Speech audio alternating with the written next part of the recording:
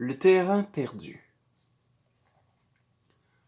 Je suis de Pointe-aux-Trembles, qui est un quartier de Montréal situé à l'est de tout ce qui existe. Voilà bien un endroit où personne ne s'arrête ni ne s'attarde. Dans toutes les villes du monde, les automobilistes ralentissent. Chez nous, ils accélèrent. Rares sont ceux qui savent que des êtres humains vivent ici. Ce lieu est sans l'ombre d'un doute la version moderne de la terre que Dieu donna à Caïn.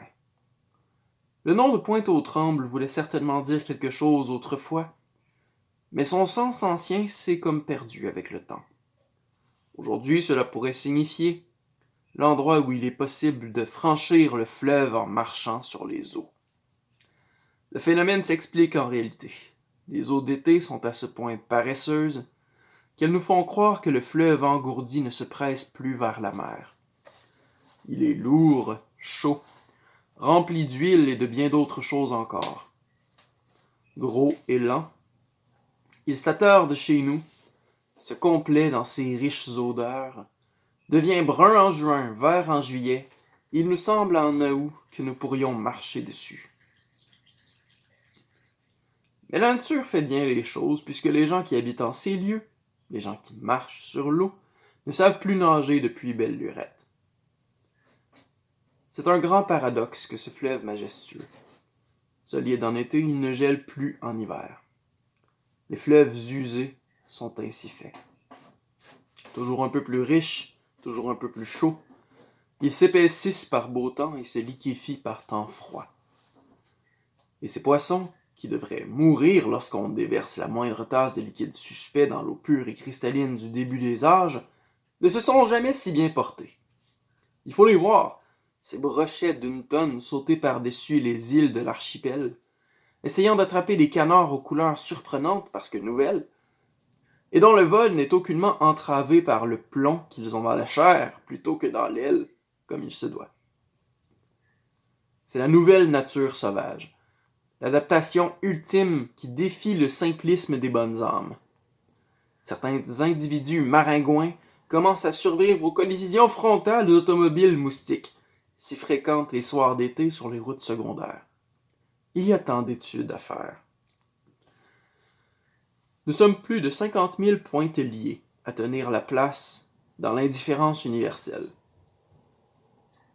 Et nous sommes tous les jours de plus en plus nombreux. Aux anciens s'ajoutent les réfugiés du centre-ville, les victimes de l'urbanisme, les déroutés de la rénovation. Il y a aussi les minorités visibles qui trouvent dans notre grisaille un havre de paix où la visibilité n'est jamais bonne. Nous formons ensemble la fraternité des revenus très moyens, la population des espaces délaissés, les gardiens silencieux du terrain perdu. C'est l'Est, le véritable Est de Montréal, celui qui ne risque pas demain de devenir à la mode, car la mode est superficielle et elle ne s'enracine nullement dans les profondeurs du progrès. Ce qui arrive à nous, les vrais gens de l'Est, est tout à fait primordial. Nous voyons le monde tel qu'il est, tel qu'il évolue, tel qu'il devient. Nous voyons le feu des usines, nous humons les odeurs de la transformation de la matière et de fumer en poussière. Nous sommes à même de parler au Dieu du développement, ce qui n'est pas rien en notre monde profane. Que de réminiscences, que d'impressions se cachent sous ces mots. Shell, Texaco, Petro-Canada, Fina, Spur, Esso, Union Carbide, Noranda Copper, Gulf. Ouverture, fermeture, l'histoire moderne se fait sous nos yeux, sur notre dos et sur nos braves épaules. Au risque de notre vie, il faut contempler cette grande forge, nous ouvrir à la beauté des fumées, des flammes et des vapeurs, à cette architecture de tuyaux et de cheminées, à ce paysage de trous et de vieilles voies ferrées, à tous ces travaux humains qui font que nous ne dépendons plus du soleil pour y voir clair, ni des nuages pour n'y rien voir. Ce n'est pas une banlieue. Est-ce vraiment une ville? Il est difficile de classer cet amas autrement qu'en le repoussant dans ces zones grises que sont les résidus de toute classification. Nous avons des cousins à Rouen, à Arvida, ou ailleurs, à Pittsburgh ou à Lille. C'est l'international des choses sérieuses.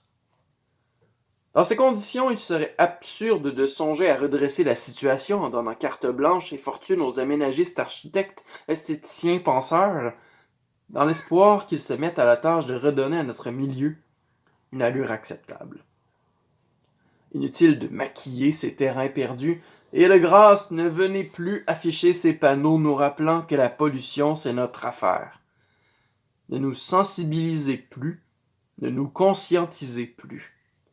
Des intellectuels au-dessus de tout soupçon se sont prononcés, et il s'avère que nous ne sommes pas un quartier propice à la culture et aux arts. Des éditorialistes sérieux ont écrit qu'il serait complètement farfelu de songer à y prolonger le métro. Dans notre cas, plus rien à faire.